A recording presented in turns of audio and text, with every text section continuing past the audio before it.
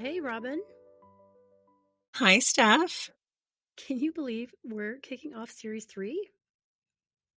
This one is all about how healing actually works, what's really going on in our brains and bodies when we shift, grow, and integrate. We're going to explore the biology of change, not just the idea of it.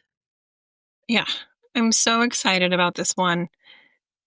In Series 1, we explore the nervous system and trauma basics. Series 2 was all about relationships and connection. And now, in Series 3, we're focusing on how change sticks. What makes healing real and lasting? How do we rewire for real? And we're not just talking about hope, we're talking about biology. Your brain can change, your nervous system can learn something new. This isn't about just think positively. This is the science of healing, how it really happens. If you've ever felt stuck in loops, like you know better but still react the same way, this episode is for you.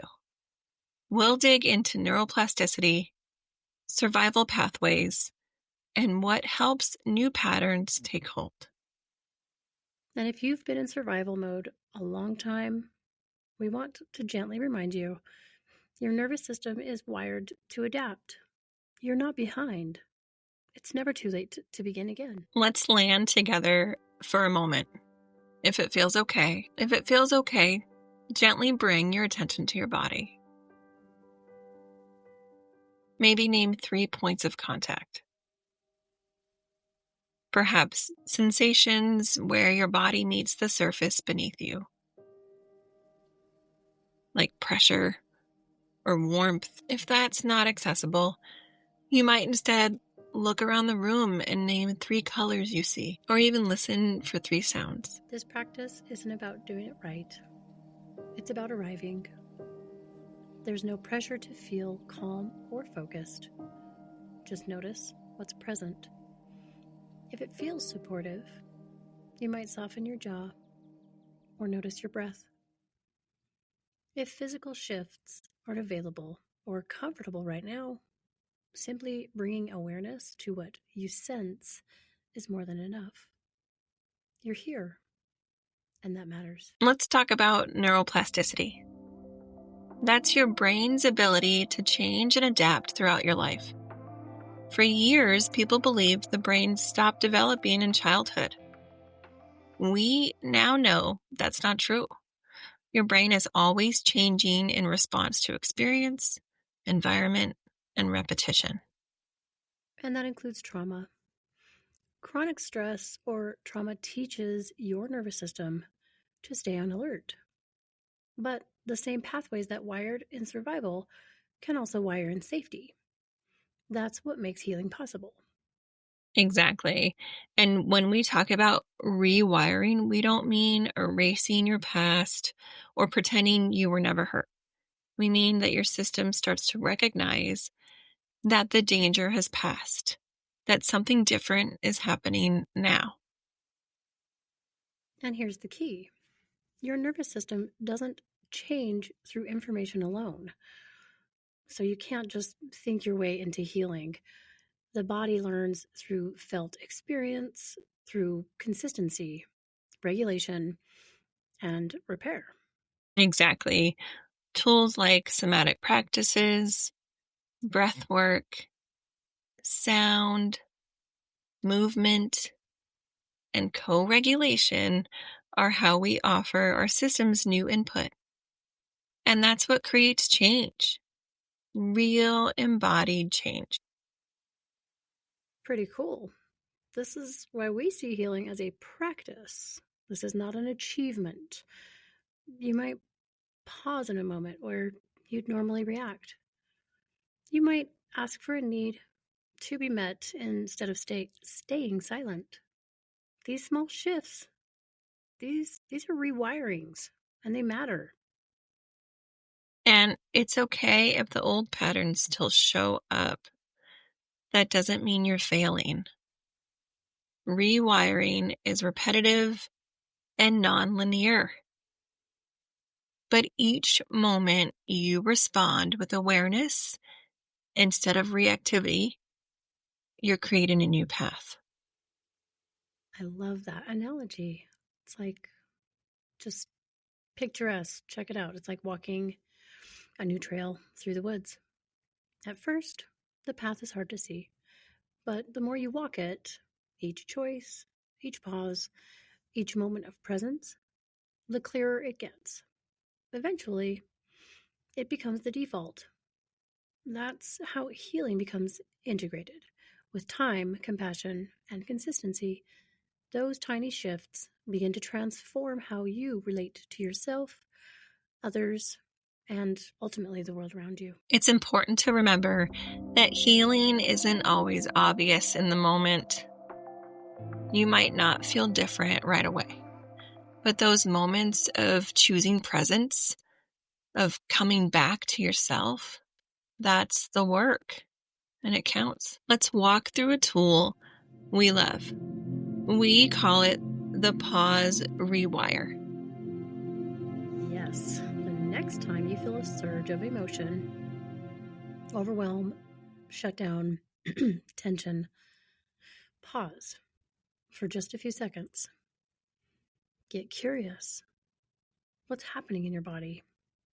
Can you name it without judgment? And if identifying a body sensation is hard, that's okay. You can start by simply noticing whatever is most available to you. Maybe it's your breath, your thoughts, or even the room around you. Maybe your shoulders are tight. Maybe you feel pressure in your chest, or your face is warm. Say it out loud. Write it down, or simply name it to yourself. I feel tension in my neck. My hands are shaking. I super appreciate being able to give this to our listeners. Just yesterday I was sitting with somebody and I was having them notice what was going on in the moment for a stressful situation they had this week. And immediately they responded, I was cold. I noticed tension. And I was so proud. I had to stop and kind of like, high five. That's a new thing. It's pretty incredible.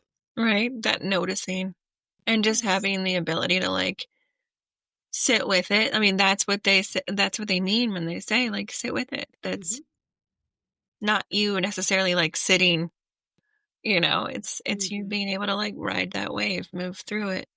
I love Yeah, that. we're doing two things at the same time. I can sit with this and experience sensations, and it will decrease. It really will. And something you can do is ask, what's one small thing I can do right now to support myself? It might be turning on a song, changing your posture, stepping outside for a breath, or simply saying, I'm noticing this and I'm okay. Even if it doesn't shift the feeling completely, that's okay. The goal isn't to eliminate discomfort. It's to stay with yourself in it. That's the rewire. When we show up with presence instead of avoidance, we lay down new patterns of trust and self-responsiveness.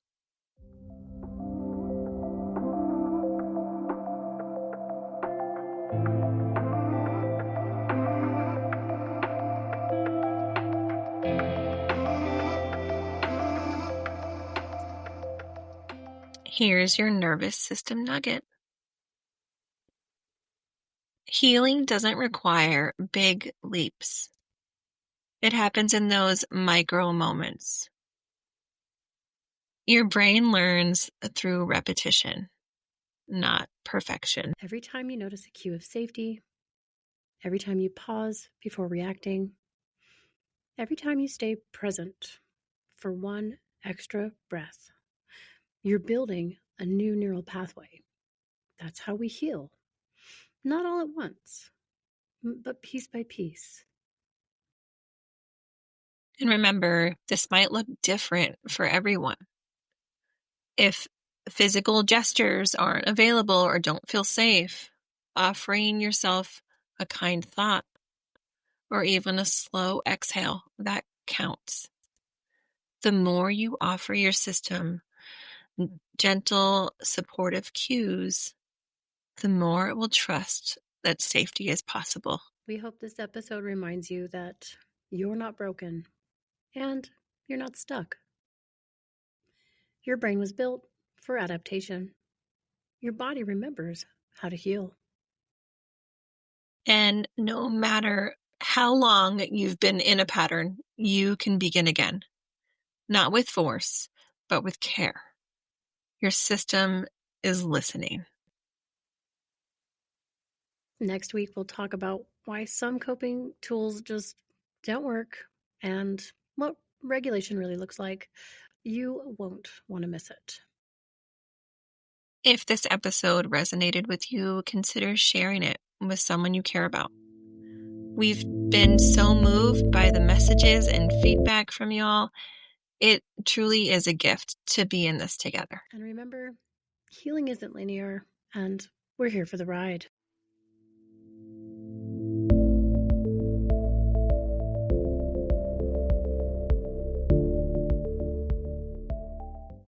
Thanks for sitting with us today. If something resonated, we'd love it if you shared the episode, left a review, or connected with us on social media. We're two therapists walk into a podcast on most platforms. You can listen and subscribe wherever you get your podcasts. This podcast is for informational and educational purposes only. It is not therapy, does not replace therapy, and does not establish a therapist-client relationship. If you're in crisis, please reach out to a qualified mental health professional or call 988 in the US. Robin Green is a licensed therapist in Arizona, and Stephanie Edsall is licensed in Utah. And this podcast is intended for a general audience.